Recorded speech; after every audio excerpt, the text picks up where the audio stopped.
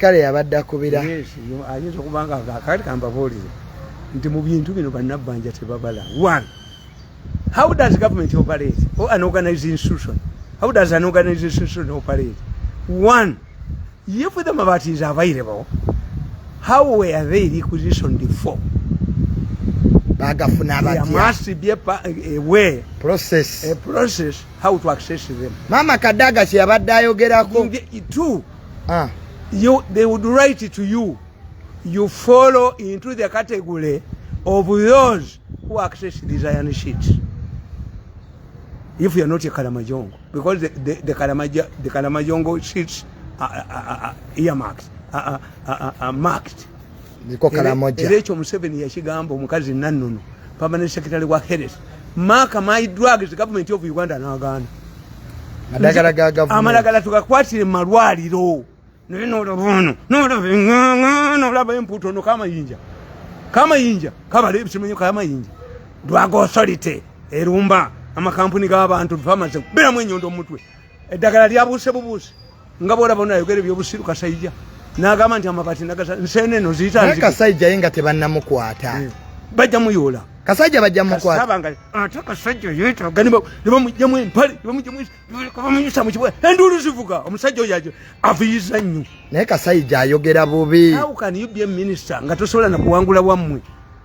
Ye Kasajja yagamba damabati je gali ewo. Neta yagamba nti was defeat a minister become a minister. Kasajja had to negotiate with somebody amulekere. Minister tosobola kubeera popular wammwe. Kasajja amanyi olubuzi yayogera lubuzi.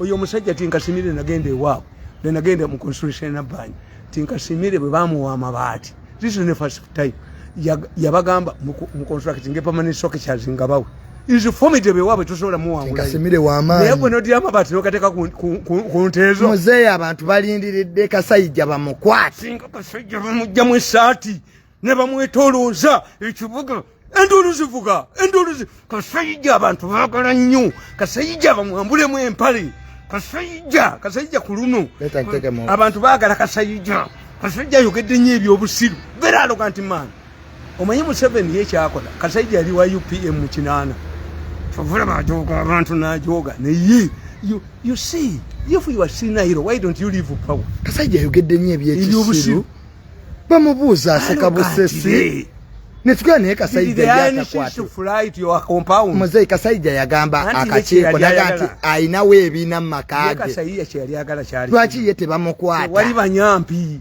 Ye Kasajja yalemwa. Kasajja previously, as I have enumerated above, in the case of bicycles, innocent people were arrested. In the case of Cairo Bank, akulu yakwata balala. Kaka fusunga ne kubya ne kakuba balala be babadde bonona ne fusunga ne kubya bali okebwa wa bali bafumbagira ne babakwatawo ne babatolawo ne balyawo kati ebyabaganda kabusenga agendayo buli kaseera kabaka muwadde obwa ne kati agendeyo bene munne omwana aleeta omwana wakayo none ebintu none yenyine bamuleeta kati bala mwate yayingiddewo kakati mwayingidde Mengo ono yagala si omwana ayagala nnyo sente omwana yagala nnyo lupiya nze sitakolagana nabo. I have written a document to Muhoozi how we can get Buganda without going to Mengo. And you know the strategy. Mengo tafuga Buganda. And this is why Museveni loses. So ketumalirize kiri ekyamabati. Andi nkugambye nti kakati amabati ogategedde. Tewaliwo banyampi be bawaayiriza. Tewali be bawaayiriza. Era abo abaana abali mu mabati baddukidde wa Nabbanja ne beekweka. Why? There must be a requisition. There must be a recorded document at the dispatch level. Delivery note. Gatute. Kubanga you make account. No banja tuli basiru. What type of government are you heading?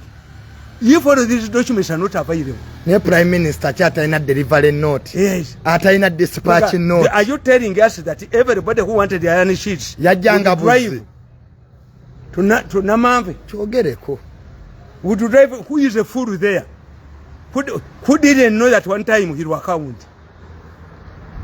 But there is also another scandal in the Prime Minister's office. Kubanze muri bato nenze nchimanyi Kazinda yali akolagana n'embabazi against the first lady. That was the situation. Ono gwe basiba Kazinda. Kuba Museveni ono Mbabazi yategeera lwaki Museveni atutte mukazi we Prime Minister's office. If you can mistreat my wife mwena mwabayireho oli mukolaki nga seriyo ekigezo Mbabazi yakigwa. Mbabazi yalwanaga ne first lady. Awo kawe bamukyayi. Later Museveni wrote to Mbabazi, stop harassing my wife. Mzee President yawandikira Honorable Mbabazi ebbaluwa namugamba stop harassing my wife. Yali amusaba kaboozi. Yali ebbaluwa ogina mzee. Najikola kumune mu magazine. Stop harassing. Honorable Katahata has not done anything wrong. He has solved era yagamba nti nje Museveni yawandikira Mbabazi namuganje siri kulego giri monastics ndiku logic akoze iki mukazi wanga akoze iki Honorable Janet Kataka akoze iki kalamoje ekibi abo bemupibe kalamoje ne bavayo ne bagatabirayo duza pendulums. I don't respect this kalamoje ekyali kibawudde Honorable Mbabazi ne first lady. Anti ye tunulira batu kakasajja kakasenga kakolanga opinion polls nga first lady atasinga bawe Muhoozi nakama nawandika kitaba nakachiteka akasajjako ke kajoge ensi yonna kadaga ne kamu inflate kaba mukube. I want to kadaga. I want to kadaga several times. At one time kadaga toward police installation in an helicopter with Kayula. Ngabamulaga nti ya wa amani. At one time Parliament wanted to buy an helicopter for the speaker. Who are you? You are comparing it to yourself to who? The president. The paranoid is control power. I went to Kadaga ne mugamba kakasajja kanu akabe sironko kakuyinfulate korobya nakasajja bwe mutasasula abana babajja kusoma obusajja obwo bwakuba abantu. Kati mama Kadaga bwe bali bagamugulya ne helicopter se naye aberenga president ne batandika omuyita mu constituencies. Everybody was inviting Kadaga in constituencies nga Kadaga tamanyi nti abamuyitayo balabebe bagala omusajja anyege amukube. At one time akasajja kakafekete ka New Vision kakulu kakabusenga kakuba katuni kisanga atakitte nga Mbabazi akutte kutama nga yo opinion poll ina 3% Kadaga na mutano akakafiditi nebo kali bakaduka. There is a payback time. The man who has been humiliating my family and me is now in panic. This man must be given 10 billion. Mubampe 10 billion ngende wafe mu retirement. Nedda Muhoozi can give me this money. Akwa billion 10. Mbungende wafe mu retirement. This man must go to his village. Kubanga why did he accept Muhoozi's appointment? No. Muhoozi can tell his father to give you money. Nampa sente ze wakwata. Ekitogeza gwe kati mu formula yange tokyalimu. Ebyasete tokyali I have resisted you for 10 years. And now the situation has changed. Nti ebirala byonna bikulemye. Kakati kyosigaliza kiri kimu to confront Muhoozi in a political argument. Biri byonna biganye. Kaso kitegeera nti omugole mukazi omwala gwabadde yagala ku kyalo bamwanjudde. Nakkiriza okumwanjula. Kakati tolumba kidaala. Bajja kubaba kuti. Kati Muhoozi takyakubwako. Ko mukwateko bwoti. Ali rumba Yeruzalemu ali kubwe mabeka ne maso Bible bwegamba. Bible ekugamba ali rumba Yeruzalemu Muhoozi Yeruzalemu kati mulumbe bakube nalabye meeting abamu basuze kabira kirabo abamu bali basuze kabira kirabo basuze mu Kampala bazeyo mu Western Uganda bagenda kuloncenga lwabo tumukubireko mu ngalo. That's what he would have done earlier, but not to undermine Muhoozi. You cannot marine Muhoozi. Alumba Yeruzalemu bamukuba. Alumba kati Muhoozi Yeruzalemu. Mulumbe bakube mabega ne maso. Alumba Yeruzalemu ali kubema mabega ne maso. Muhoozi Yeruzalemu. Fali wajja yomutwe tumube katusa ziveyo. Tuba beka tusa ziveyo. Kiri ekiseera waliwo olukusense bwe lutira omwana. Niwe tasobolera kuttira mwana. Obwamawulire kati butya. Obwamanita engalabiza. Abamawulire kati batya jeno Muhoozi tebakyamukuba. Butuzize esejjembe zaabo. Mayimuze tebakyamukuba kati. Kye katuni kya monitor. Sejjembe yasho kyagituuza. Kikuba katuni mu monitor. Katuni ekyamukuba. Katonga bibiri. Damu abikubewo. Bakuyolenga kamunyi. Bakuyolenga enkoko. Bakuyole. Damu abikube kasajje kye katuni gwe. The most speed katuni is in monitor. babiwonga sente omusajja amanita yakubanga jeno mozinga agagatto ganene naye kati ati okuddamu namobi kubekesa jagwe sekigere kyanjova okyegeza mute kano kagundi kategule lwaki omusango tegutambula nakano kanna lusanja. You progress. Read my book.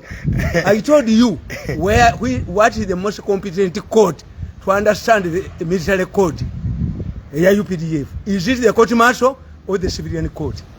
Tegule n'engalabiye n'olaba enganga tegule n'olaba enganga nalusanja n'olaba enganga n'olaba empuuta n'olaba enganga n'olaba mulabye nnyo okubeyambisanga ebidoli n'ekidoli ekigezi kigaana kiwummuka ne babeyambisanga ebitoli buli nonaaniamu kati mwami lwabongo ye bwagamba nti obwa pulezidenti ogambye agenda kuddikira yalinga naye yalonkinze mwami lwabongo naye yalonkinze balonkinze nabo baagala bwa pulezidenti kyolwaleero balonkinze era abagenyi abamu basuze kabira kiraabo bavudde mu Western Uganda. Some of the people Museveni talks to on Easter olaba nti the only thing to deny Muhoozi publicity ekyo kimukolera. We can even start in news kino kyabadde kize mu nzira yo mu radio yakyo. I'm going to make a mind. Muhoozi kyasafari nga kiri kimu. These people, his opponents control the media.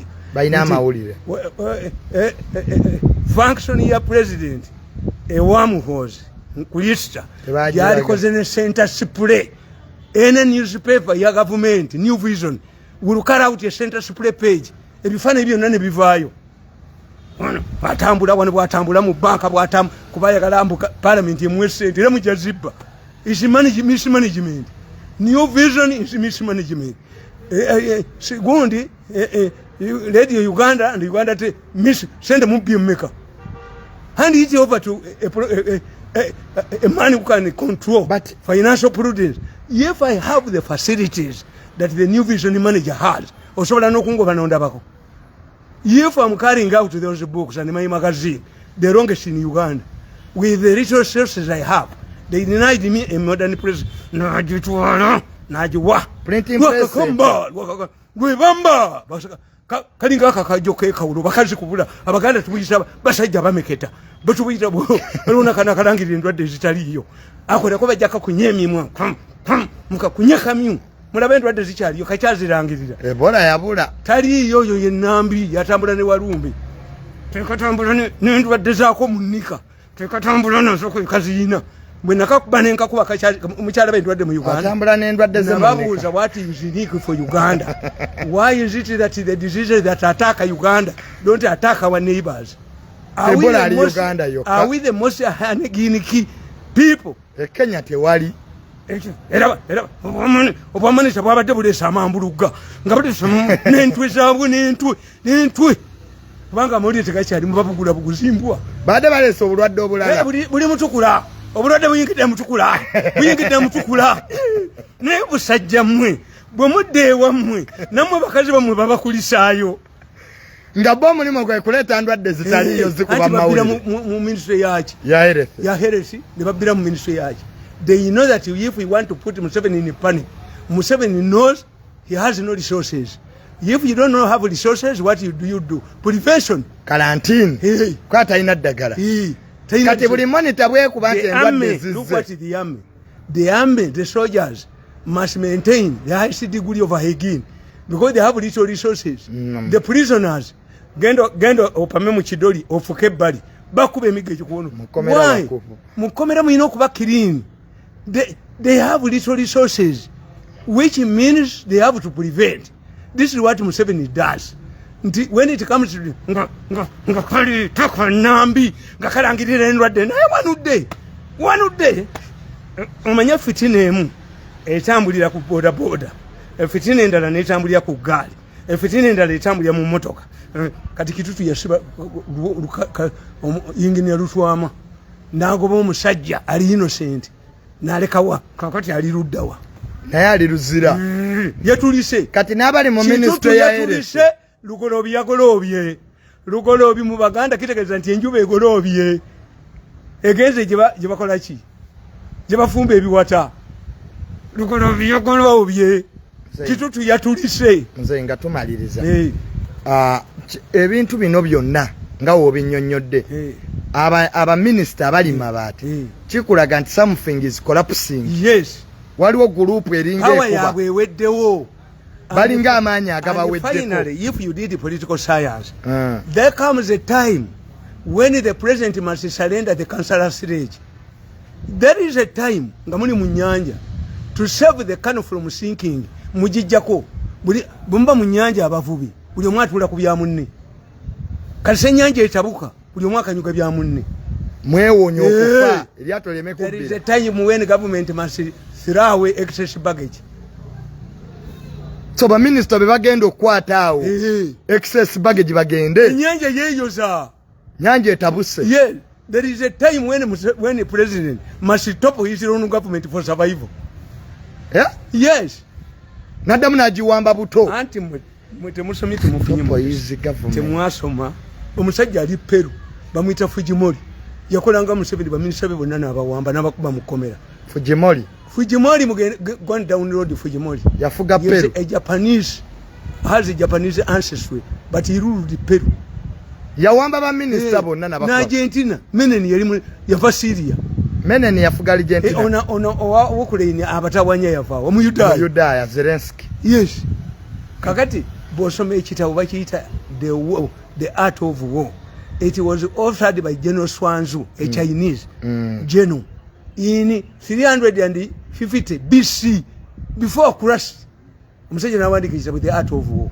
When it was translated in English in 1977 and studied by the American generals, they said, had we read it, the Vietnam. Naye, General Swanzu akugamba, there is a time when a reader must borrow the heads of his friends for the government to survive. General Swanzu yakugamba nti yafuna situation nga afunye information to the enemy is going to attack his army. But there were no supplies, they were not expecting supplies, and the soldiers had not ate food for about a week. So he called his commander, his Twaisi, and asked him, under the circumstances, what should we do? The enemy is advancing to attack our camp. The Twaisi told Swanzu, these people you can see, they are weak. They can't fight. They have not eaten food. They cannot fight. Swanzu namubuza. Then in under this situation, what should we do? To run away. Namugamba, lend me your head. People who cannot fight, can they run away?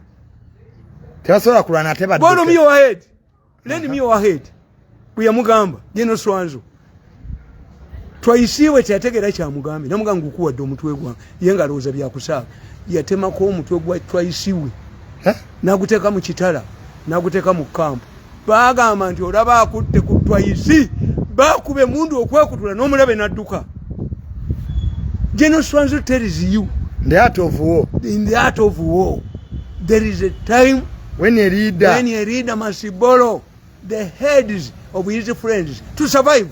There is a time when those riding in a canoe should throw away excess baggage for the canoe to survive. Ekiseera kituse President Museveni akwate ku bakwano be abagobe abasibe government okusigala nti omukulembeze anwala mu buyinza talina kyeyijjako n'akimalawo akutulya nadde ebbali kitutu yayonoona sente ezo nga tamulaba z'amasanyalazi n'amutwala ekkalamogi. Museveni asobola okutunuulira bw'ati. Museveni was the snakes out of their holes. Museveni yakugamba ti omukazi ow'ekibobo omusuza mu balamu be. Can any mugiso go to Museveni to plead for Gundi? Ekitutu Lugoloobi bwe yajja Museveni yakola ensobi yajjako Kasayija briefcase ya budget n'agiwa Lugoloobi. That's how Museveni destroyed his allies. Bamukubiddewo. Bamukubye. And what is more important that you people must think about? All of the ministers apart from Mugobi are involved in the scandal. Do they have the moral authority now to read the budget in June? No labenganga, no labemputa, no labenganga, no labemputa, no labe. Goyinza kudya priest, gwe bakutena omukazi. Tena asome mmesa. Yagenda okupresiding over. So banka nekwata ebintu byo nga bakubanja for non payment ogenda tyo kubeera omugenyi omukulu ku fundraising function nga you already oli mwavu kakati let me tell you of the ministers apart from Mugobi who is not involved in the scandal, who can touch on the budget, and how can a minister of finance who has stolen iron sheets abye musogwa nyama ani agenda okumukkiriza mu World Bank any talks nolabe nganga nolabe empuuta nolabe nganga nolabe empuuta nolabe nganga nolabe empuuta Kasaija olaba bamabaati kati bayinza mumukkiriza mu World Bank nga minister of finance World Bank tayinza kwogera naye ku ssente kamanyi mobbi tayina moral authority kwogera mu World Bank oba IMF oba European Union minister of finance kyabba amabaati scandalized mu ggwanga ki anti fe Abaganda tukugamba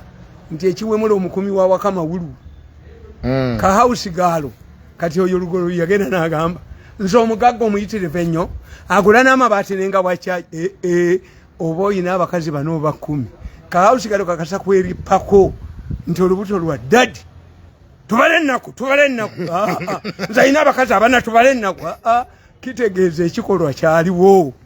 That's why Kadaga as a lawyer has not made the mistakes of these lawyers. Kadaga will be exonerated in court. Court will ask what was the motive. Ye lawyer. Omusajja ali mu America nga sergeant n'alitayiri okuva mu magic America. Ne bamuweereza millions of dollars 5 ku akaunti. Yagulako church n'azimbako essomero enda n'azirya. Bwe bajja omunoonya ba FBI n'abaga nti abange nze ndi musajja mulokole. I've been praying to God to give me a miracle. I thought it was a miracle from God. Give me 10 examples where your machines have failed to locate, give people the right amount of money. But this is a miracle from God. Another incident era yali mu America. Bagenda okwaza omusajja omutemu. Revolver bagisanga mu kiyumba kya nkoko. Nabaga nti etteeka ly'omu America ligamba nanyini nyumba kumuvunana enkoko gikwate obanga esobola okukwata emmundu. Bamuga akwate enkoko oba esobola okukwata omusajja akwata emmundu n'agikweka mu kiyumba ky'enkoko. FBI n'agiga nti etteeka ly'omu America liga emmundu nyini nyumba gwe mukwata kati bakwate enkoko emmundu gyesulamu. Namuga tewali buzibu sebo. Amabaati gazze wagasanze wuwo nga kyekirala kye wasange wo mizimu gyebunyolo noyo omusajja omukulu Kasajja noyogera ebintu bivone niye kakati wakasajja owasaayo ebintu ebyekisire bweru arrogance impunity. They don't know that time has changed. Sera bikyuse balina okufuga emimwa gyabwe. Time has changed. During an election bw'osoma political science bakugamba an election period is when governments kneel before their people. Mukalu government ebe yagala abantu ebe ebeguya. Magezi the opposite of his name. Magezi tamanyi nti Museveni is giving out Paris money to mitigate a revolution, an impending revolution. Tachimanyi. Magezi the opposite of his name. Tachimanyi nti if you don't give, why is it that Museveni gives people Paris money? He is mitigating against a revolution, an impending revolution from poor people. But babeera mu bantu fe tuddukana buddusi ewakoddukawo buddusi. Everybody comes kakati nze mukozi ate yankoledde ekyo buli omu ansaba ssente. Abo be balina budget, abo be balina ki. Kakati muzenga ebyamabaati nga tubemaliriza. Oyo kino ekiseera ky'abagezi. Ekiseera nti nagamba Namboozi nti gwe bajja kukwata nze bajja kunkwata. Nze ndi nkufu gw'oli nkwale era bamukwata. Nze all the efforts they have done nze nkwata. Era neewunyiza otafiire okubeera mu sikandero. Otafiire yaŋŋamba nti nagenze mu kyoga mu meeting nendaba endusu eziwandagala ono mwali ono yateze ekitimba ono naleseeyo Hope Mwesi. Otafiire is the only man. Naye buli lwokola n'okaddiwa otandika okubala entalo obubi. Jeno Otafiire naye mabaati mwali anti baleeginga naye ku magezi Otafiire gayina naye okula. Still an allegation by the way. Kakati nkubagamba nti mu Prime Minister's office omusajja yabawona ababbi yali Bigirimana. Pious Bigirimana Kazinda yayina enkola. Which these younger boys can be doing. Kwabo ba ministers. Kazinda yajjangayo sente naziweereza ku account yo. Nomubuuza, why did you send this money on my account? We shall see. Naye nga yamanyi nti abantu bwe bali mukwata jabbaga mwenna mali ba compolices. It was only Bigirimana who told him in writing, stop withdrawing money from bank unauthorized. 2, stop sending money on my account. In writing.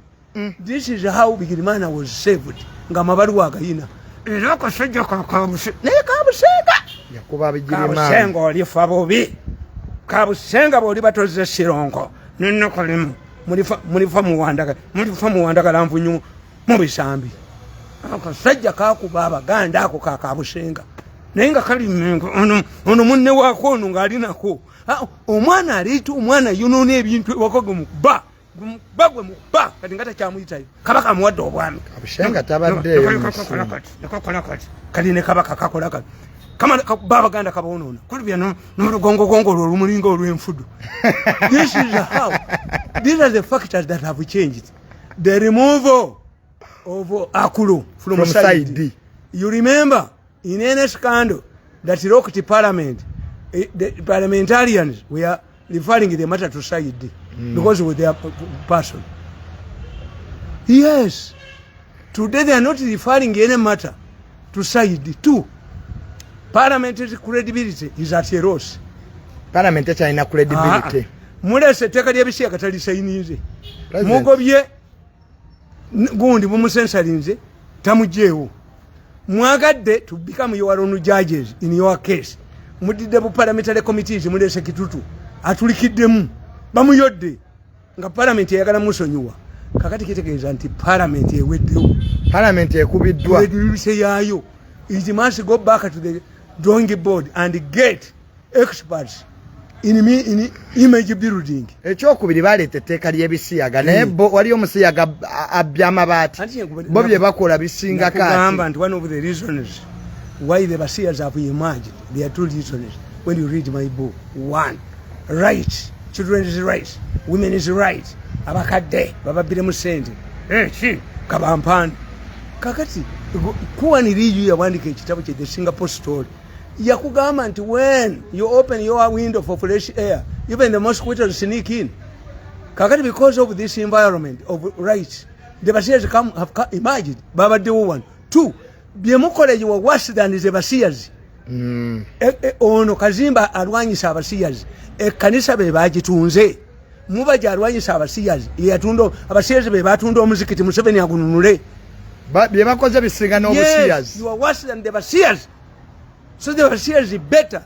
The Buganda say prostitutes when you want to compare prostitutes disputes. Anyanuka inyu. Buli rojo ga. Basias tebanabba ku mabaati. Abasias tebanatunda ttaka lya chachi. Abasias tebanabba ku sete za government. You stick more than the Basias. That's why the Basias have emerged.